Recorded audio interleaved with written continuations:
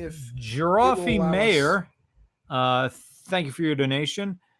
All right, LA to Long Island next week. My vessels are a 2001 Impreza Outback EJ22 and a 2010 NS4 135 BMW. Neat. Longest road trip you guys have ever done, and in what cars? That would be the PCH. Oh yeah, that was longer. Well, the longer single drive, in the sense that the Denver trip was longer in that we were in the car longer.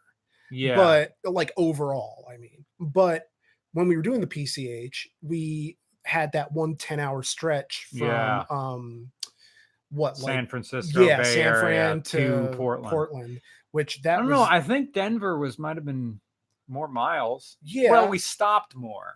That's true. Each day was only like 6 hours. There was one day where it was only like 4 hours. And the longest day was 8, and it was when we were going to Omaha. Like I remember this specifically. But we had to turn around and come back. Yeah, and that the Pacific Fister was like, "Fuck this." Yeah, and we had an extra driver. For that one too. Yeah. Our friend Eric Pedersen, and it's just explanation on what happened. We have no idea. This happens sometimes. It's probably the thunderstorm that's going on right now. So everybody down here that is on Twitter, we are going back to YouTube now. So thanks for watching us down here. Going back to YouTube. So this is the Twitter that's going on right now. Yeah, I did Instagram. Bye, Twitter. Bye, Instagram. Stop doing Twitter. Yeah. Hey, stop broadcasting. Bye. So yeah, there's like no guaranteeing that it's not just going to die again, but we made a point of continuing to answer questions even when the chat or when the stream was down. So the audio after this is going to go directly up to our Shout Engine, Regular Car Reviews podcast, which is linked to the RSS feed, which will put it up on like iTunes, Stitcher, Podcast Addict, Google Play, like all those places except Spotify because they don't support Shout Engine. Whatever, it's fine. All I'm saying is that like we're still answering questions and trying to keep things going along. So if you're only listening to this, I mean, this is kind of like a weird stopgap in the podcast where, you know, you're not really noticing anything wrong, but anyone who's watching is, you know, it's Pennsylvania. We have weird weather. We have crappy internet. It's just part and parcel. Yeah. I get why Doug DeBuro isn't around here. Yeah. They probably have wonderful internet in like Los Angeles. Bay Area where he's living. That's amazing. And SM Gen U, $17.76. I see what you did there. Hello, Mr. R and the Roman. Just picked up a 2005 GTO coming from a 6-speed Miata, 6-speed Mazda 3. Interesting. Loving the LS2. I understand that. That interior, though. But the T56 feels agriculture in comparison. Yeah, it would. Is it just me? No, it's not. I mean, you're talking about a Mazda 3, a modern transmission versus a T56, which I think started in the 90s or something like that. It's made to handle the torque. I have not really felt a slick, tight gearbox made to handle a lot of torque. Thanks for all the videos. 320i is my favorite. Oh, thank you. And thank you for your generous donation. Yeah. So yeah, you're not weird. The T56s, don't get me wrong, it's a great transmission. The reason you can still make them and they still exist in the aftermarket market. But it's not a Miata transmission. So what are you going to do? Okay, we got some guys coming in the modern one. I have to reset that. Yeah, there goes my app on the beat up Amazon Fire. And was that Belch? Angry Clown 1990. What do you guys think of Le Mans disqualifying Team Keating for their GTE AM class win? Well, I have no loving idea what that is. Well, I do not watch motorsports. On Road and Track. Okay, so the 4th place number 68 GT, as well as the privately run number 85 Keating Motorsports Ford GT, were disqualified for fuel tanks that were too big. Which, is that not something you catch before the race starts? Right. Like, why is this after the fact? This isn't like a Kentucky Derby thing where, right, you know, someone went into the wrong lane. You would think that at some point during the inspection, because they do inspect, like I'm presuming every car race that has any reputability whatsoever is going to do thorough inspections beforehand. So why are you only now realizing that the gas tanks are too big, unless they tried to hoodwink you by saying that, well, the gas tanks weren't really, it's saying, according to the FIA and ACO. Look at that more. I have to run to the bathroom quick. Oh, go for it. The two sanctioning bodies for the 24 Hours of Le Mans, the total fuel volume for the number 68 car was found to be in excess of the permitted limit. The maximum allowed volume for fuel tanks is 97 liters. Post-race scrutineering revealed the car to have had a maximum capacity of 97.83 liters. So basically, the press release states that the competitor explained that the team checks the maximum onboard fuel volume at their facility in the US using the same measurement technique as the scrutineers. Since the car was shipped, the balance of performance has changed and the competitor made changes to their tank, but given the resources on site, they were not able to do a calibrated check. So it's, I suppose it's just something where, I don't know. That's just, it's the difference. It's a conversion error, basically, for lack of a better way of explaining it. And I guess that's the problem of, not having a universal system of measurement for all countries, because America has to be the outlier here for whatever reason. And I don't know. They have the option of appealing the decision. So, it's but the 2019 24-hour Le Mans was the last for the factory Ford GT program. So it's just I don't know, it's just weird and it's unfortunate for them. And to Christopher Halber, what will be the next car for a review? Well, you'll see on Monday. We typically don't really give it away just because I like to keep people in suspense, but we give hints usually Sunday night. Yeah, on like Twitter or Facebook, the official page. So but for now, it's just going to be an interesting and different style of review than we're usually up to. So rock and roll. And 30-year-old boomer asks, any other bike reviews in the pipeline? Yeah, but I've yet to film it, because the weather has been not motorcycle weather almost for the past 2 weeks now. Yeah, it's been raining nonstop. Yeah. And especially when I was coming up here, I thought it was immediately going to turn, like the weather was just going to warp into just that, where it suddenly gets dark, but it's the middle of the afternoon. Like that really bad thing. But I came through it. It was fine. It's just weird because it sets in so suddenly. Thomas Alio, thank you for your donation. Hey, are either you into watches? Only via Matt Farah. Have you been watching Matt Farah's watch podcast? And the way he compares cars to watches makes me wonder. Yeah, I'll listen to Watch and Listen. I now have a Seiko 5 given me to a fan. I need to wear it every day because the spring in it, it's a mechanical watch. It's one of those self-winding ones. Yeah. But you have to wear it. So it only has enough spring power to last a day and a half. So if you don't wear it, it's wrong. And then you got it. It's something it's neat. You sort of take care of it. It tells the date, which is really useful. Yeah. And also it looks nice. It does pop off a lot in that the little spring that hold the watch band of the watch, they pop out. Like if you twist it, or if you're carrying something and something gets caught on the watch and pulls, it pops the watch off. Yikes. And that happens all the time. I'm thinking about trying to like put a little dab of super glue in there. Yeah, couldn't hurt. I don't think it would. I just got to find a way to do it really neatly and not glue my fingers together while I do it. And that's the end of There's the someone Super Chat who questions. asked, what do you guys think of the Kawasaki Concours? The Kawasaki Contours? Concours. Maybe have I been called the Contours for 36 years? And by 36 years, I mean now, 38 next month. So I think it's, if we're thinking of the right motorcycle, I think it's the cheap Goldwing. I don't think of it as anything other than that. Oh, that in my tea. What do you guys think of the AMC Concord? Huh? The AMC Concord. Or Concord. Concord. I don't know what kind of car that is. Hey guys, Quincy.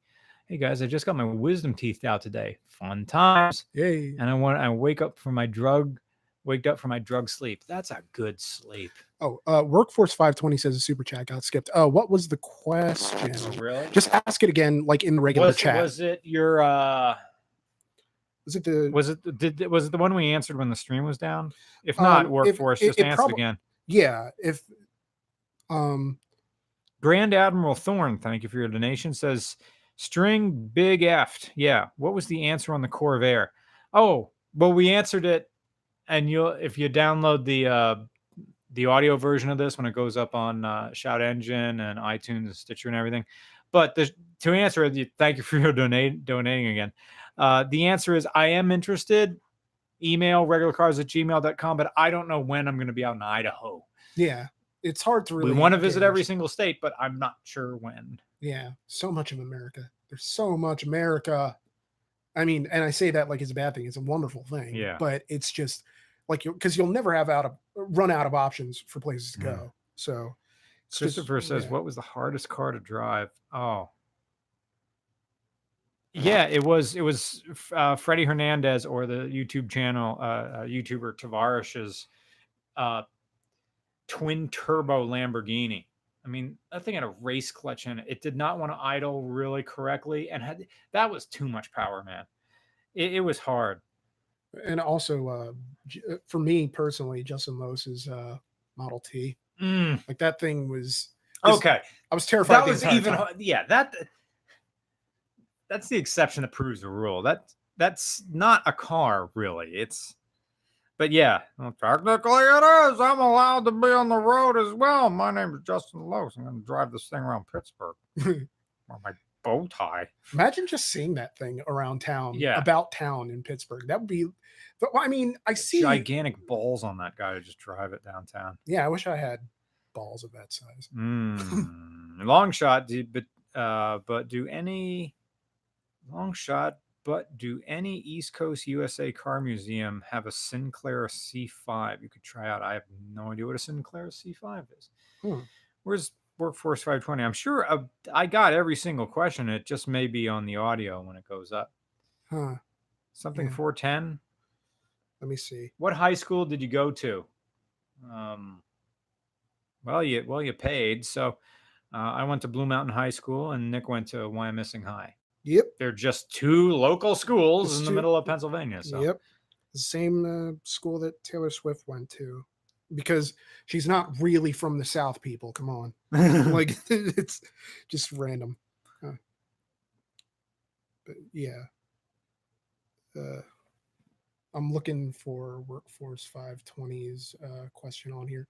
I mean, it might have been. Sean Peters says, how did you meet? Well, we talked about it. We met in grad school. Yep. I forget which class. It was. I want to say it was Middle English, but I'm pretty sure it wasn't. It might have just been Schwartz. Yeah. Maybe Schwartz or Middle English. One of the two. You know, it's just. It was in Lytle. Yeah, it was in Lytle. The thing about Lytle is all the classrooms are the same, and it's a five-sided structure. It's a five-sided building instead of four-sided structure. Man. So you always loop around once. I walked through Lytle like sometime this past year. It's exactly the same. I was like, nice. Still a piece of shit, and I like it. Yeah, love it that way. Angry Clown 1990 said, which had more character, Volkswagen Fox or Volkswagen Rabbit? Clearly the Fox. Because the Rabbit had like, oh, look at me, we're diesel. Ha, ha, ha. I'm so weird. Volkswagen Fox was just a cheap Jetta. So a cheaper Jetta. So, and it was more a car for South America than it was America. And also because my buddy Tom had one. Oh, opinion on 350Zs, the convertible specifically. I saw one at the wedding that I sang at this weekend. It was ridiculous. I wanted to drive it. I didn't know who it belonged to. I wanted to look around for the owner and ask them if they'd let me just around the block, because it was in Valley Forge. And it was just such a great, beautiful, pristine condition car that I had to imagine it was someone who was bringing it out literally just for the wedding. And I don't know, never knew who it belonged to, but I really wanted to like hop in that thing. I think. Thank you again for your donation. Have either of you had a joke you wanted to use but couldn't find a car to stick it in? Car review to stick it in? Interesting question, because when we think of jokes, we just write them down and eventually they'll make them into something. I have a bunch of them written up there, up on the bulletin board that I may have used or not. What do we got here? Oh, that's a Joey Diaz quote. I got one here that says, old man raising his hand and swatting the words out of the air. That's a rich man's car. Yeah. And then I saved them all on my voice recorder. And so let's see what I have here. For the guy whose favorite war hero is Marcus Fenix. Yeah, here's a war reference. They're making a movie out of that and they're not basing it off of the game, which just screams to me that they're taking a script that they already have and slapping and retrofitting it. Yeah. Which is why it has been no good video game movie or what was that retro sci-fi movie that Angelina Jolie was like in for 2 minutes and she's on the poster? I forget what. I don't know. She's been in a lot of crap. There was a Cracked article about this for movies where actors were in before they blew up, and then they reissue the poster and put them on it. Oh, was it Hackers? Maybe it was Hackers. Maybe. I remember there was another movie in the 90s. It was maybe called The Network. Existenz. I don't know. This woman was like, I got hacked. And they're coming after her. Just give us the tagline was, give us the disc and we'll give you your life back. Anyway, my grandmother said, that's going to happen. Oh, The Net. The Net. With Sandra Bullock. Yes. Oh. That's going to happen, Oh, Sky Captain in the World of Tomorrow. Yeah. That was a great movie. So great, I couldn't think of it. I just love Art Deco, and that's all what it was, like zeppelins and big gothic looking skyscrapers. That's why I love Batman the Animated Series. By land, by sea, by dirigible, we'll make our tracks untraceable now. Decemberists. Dirigible is a great word, though. Really, it's the only song I think where they worked in dirigible. Renovit VTX says, RCR, can you please review the second generation DSM Eclipse? Yeah, I think David Coletti's been asking for that too, because he used to own one. I think we did a first one. We didn't do a second one. Life is long, man. I'll do another one. I think we're going to wrap this up soon. It's 8 o'clock. I've been doing this for a while. I've reached the end of the super chat, so. Normally I drink 2 beers during this, but I only drank 1, and I don't think I'm going to have another because lately I've been taking a CBD oil before I go to bed. It's kind of nice. It's like Ted Stoltz described it. He got some too from the farmer's market and described it as being drunk without the drunk. And I'm like, it's like getting high without the high and without the paranoia. Just like your hands tingle. You get a little bit tired. I mean, it may be an alternative to medication for anxiety. I don't know. It works pretty darn quick, like within like 5 minutes. That sounds amazing. Yeah. Not cheap, though. Like a little bottle is like $135. Workforce 520 posted his question in the regular chat, and I think we did get to it during the crash. Yeah. Assuming I do good at this dealership job, I want to buy a Buick LaCrosse Super with a 5.3 liter LS4 small block V8. Yeah, we talked about thoughts. I am not a fan because the transmission's probably going to go because that transmission was not made. I think that transmission that's in it, if I'm thinking of the right one, that's the LS4 transverse mounted, driving the front wheels. It's the only LS engine that's made to be mounted transversely. The transmission, the only engine. The transmission that's attached to that LS4 is made to be mounted to the 3.8 liter. Now it's made to a 5.3. It's made to handle like maybe 200 foot-pounds of torque, and now 450 is going through it. I've talked to 3 different mechanics. All 3 of them say they break. Yeah. Maybe you'll be special. But back to CBD oil, because I'm interested in this as someone with horrible anxiety about all things. And so it's just when you say it, it kind of like works fast. I mean, like if I'm like, how long do I have between taking it and say, I don't know, getting in bed and putting something on, like TV wise or music wise or podcast wise? 5 minutes. Q. That sounds boss to me. You can try some when we're done. I'm good because I got to drive back. You can't fly with it because there was a story about it's illegal in Texas, and which is a shame because I'd take it and then drive race cars at Harris Hill. I did take some and then go for a drive, and I'm like, I'm kind of buzzed, but I'm still aware of everything. Anyway, there's nothing illegal about that. It's completely legal. Yeah. Angry Clown 1990, $10. Maybe this is a good one. How does the color of a car change the statement it makes? Ooh, I like this question. That is a good question. Like my Mercury, it's that robin egg blue. Here comes Mr. Nice Guy. Here comes Mr. Pleasant. Sweater vest. What does that say versus the burgundy one? Burgundy. I like to play Keno. I can look at pretty women, but as long as I say nothing, it's not bad. Yeah. Yeah. I mean my thing, color does, it makes a huge difference. That's why the car wrapping industry exists, where you wrap a car, completely change the color without having to paint it. Okay. The lighter the color is, the more it accentuates the faults of the car. But the better the car is put together, assembled, like consistency between body panels, the better it looks. The darker color, like clothing, they say black is slimming. That's because it sort of hides imperfections. Yeah. On the other hand, when you get stuff into like gloss, the shinier the darker color is, now you're back to showing off every speck of dirt that's on it. I say if you're going to buy a black car, just get a matte black car, like shiny black, like the Honda Fit was a gloss black. Yeah. It looked great once you washed it and waxed it. It looked great for a day. Then it looks like junk. On the other hand, the super white color, it was called Toyota Super White of my MR2, same deal. It was a very reflective white. It looked amazing once you washed it. And you just drive through even if you drive through water, it starts hazing up again and looks bad. You want matte.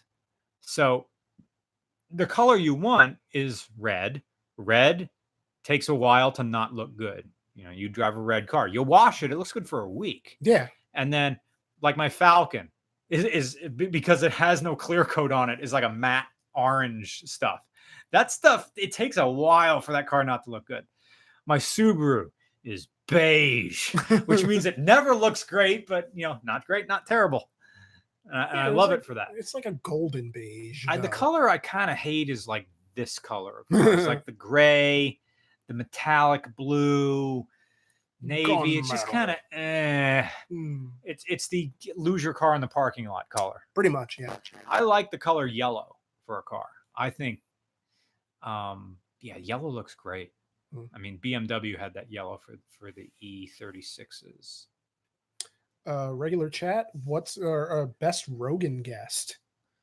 For me, Ron Miscavige, the father of the Scientology guy, because his story's fascinating about getting out of it and sort of how his relationship changes with his son over the course of that. That was a fascinating podcast. I like anytime Joey Diaz is on. I like anytime Greg Fitzsimmons is on. My favorite Joe Rogan podcast is whatever one I haven't listened to yet. Yeah, nice. I haven't gone back and to re-listen to anyone. Granted, if we ever get on that, I'd probably re-listen to it. I remember in the beginning, I listened to the Smoking Tire like a few times. Like, I'm actually on a podcast. Yeah, I I kind of just like sent out links to people I know, and I just know they were like, I don't care about this. What am I gonna click on it for? Yeah. But like for me, I was so jazzed, and it was just weird and surreal. Especially being in that huge house that Farrah had at that in the beginning. in the beginning, yeah. I love that. That was a very Had quaint the place. cats running Yeah. around. Conrad, best cat. Shout Yeah. out to his cat. Dude. So, Oh. do you think that's a podcast? Anything else we need to call? I'm trying to think. I mean, I'm obsessed with Norm Macdonald now. Oh, really? Because I started watching old Weekend Updates from SNL from when he was the host, and it's the kind of comedy that you can't get away with anymore. And the thing about it is that I read the oral history of kind of like his run on SNL, and the whole idea was that he and the lead writer James, last name escaping me right now, but they wanted to treat the audience like the enemy.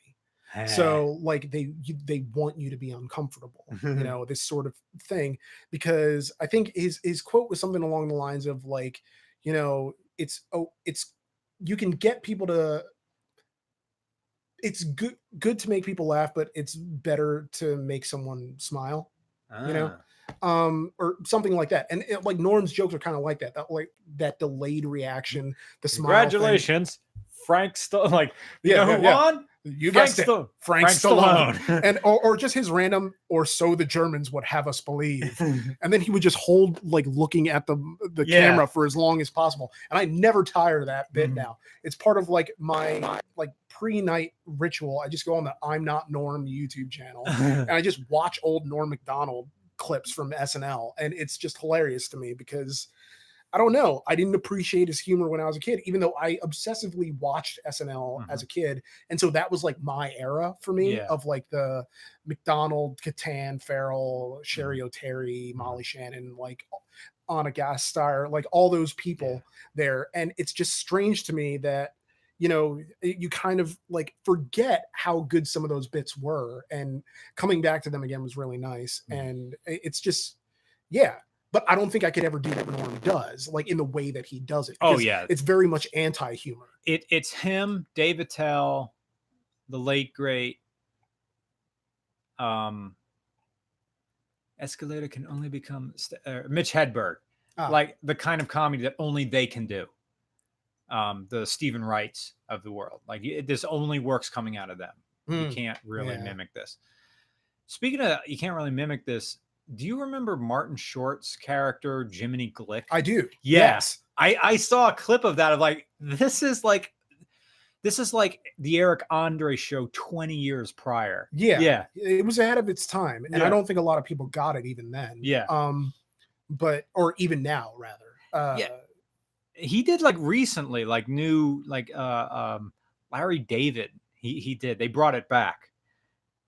Like briefly, I think it might have been on Curb Your Enthusiasm. They brought him on, or like for a special or something like that. I feel like everyone was on Curb. Angry Con. We had one more super chat coming in. Yeah. Floor. See, this is why I wasn't a good substitute teacher. I keep mispronouncing things. Floortology. Thank you, Nick. I think. Is there any new car coming out which has you excited or you think captured the spirit of a discontinued era from the 80s or 90s? Well, yeah, the new Suzuki Samurai that supposedly came back. Or was it the Suzuki Jimny? No, but like, is there a car that we're going to do coming up that a new car it says coming out. Not sure what that means. Coming out. Oh, for some reason when they say coming out, I just assume they mean like a video coming out. Could. But no, I mean both. No, you're right with the first one. You can't recreate that which is illegal now. Yeah. The Jimny's good. The new Ranger is coming back. Supposedly there'll be a Raptor version of that. Time will tell. See, for me, cars have to mature a little bit. A good movie for me has to make me forget I'm on an airplane. So a good car for me has to be as exciting in 10 years as it was when it comes out. New doesn't interest me at all unless it's totally radical. That supposedly new electric pickup truck that's gonna get like 400 miles on a charge. because we see so many startups now, and someone just had a tweet that Elon Musk is now the new Notch. Like, okay, you're gonna make a claim. Well, okay, we'll see you when it comes out, and of course there'll be recalls the first year. So it's like the true worth of a president is figured out after the first 100 days or something like that. Have you done anything yet? Okay, fine. You're going to build this new car. All right. Let me know after the first recall. Stuff like that. It's like even with video games. Well, okay, we'll see after the first 2 patches. Yeah. Anyway, Floratology, the study of hardwood floors at 3 a.m. Corvair, but they call it the C8 Corvette. See, the whole idea with the new mid-engine Corvette is all I want to do is just hang around old men in New Balances, old like me, and hear them complain about a mid-engine Corvette that they're going to buy anywhere because they're a Corvette guy and they have a Hawaiian shirt that has Corvettes on it instead of pretty girls, or pretty girls and Corvettes on it. Oh, and apparently I mispronounced it. It is floretology, the study of flower petals. Ooh. Very nice. And then there was someone in there who said that there was a Volvo C30 in the background of one of our videos and wanted to know if it was coming or if it just happened to be a random car. And I'm pretty sure it was a random car. Okay. Yeah, if I remember the video correctly. Cool. So yeah, I think that is a show. That is a show. Because we don't want to tempt fate because the sky is darkening, and if the rain comes again, then we're just gonna get knocked off without having the chance to say a proper farewell to all of you. And plus, we have to get this up on the Shout engine so that you guys can listen to the whole uninterrupted thing in full. So hopefully you guys get the chance to download and enjoy that. And apologies for, again, I mean, it's beyond our control, but still, like, I feel like making an apology for the crash. And mid-engine Corvette, the Fiero is back from Winged Horse Garage. Wreck doesn't have a question, but a generous donation just saying hello. Thank you so much. So we are going to sign off. Thank you so much for joining us. I am Nick. I'm Brian. I'm going to go outside and watch puddles gather rain. Nice. Have a good week, guys. Bye.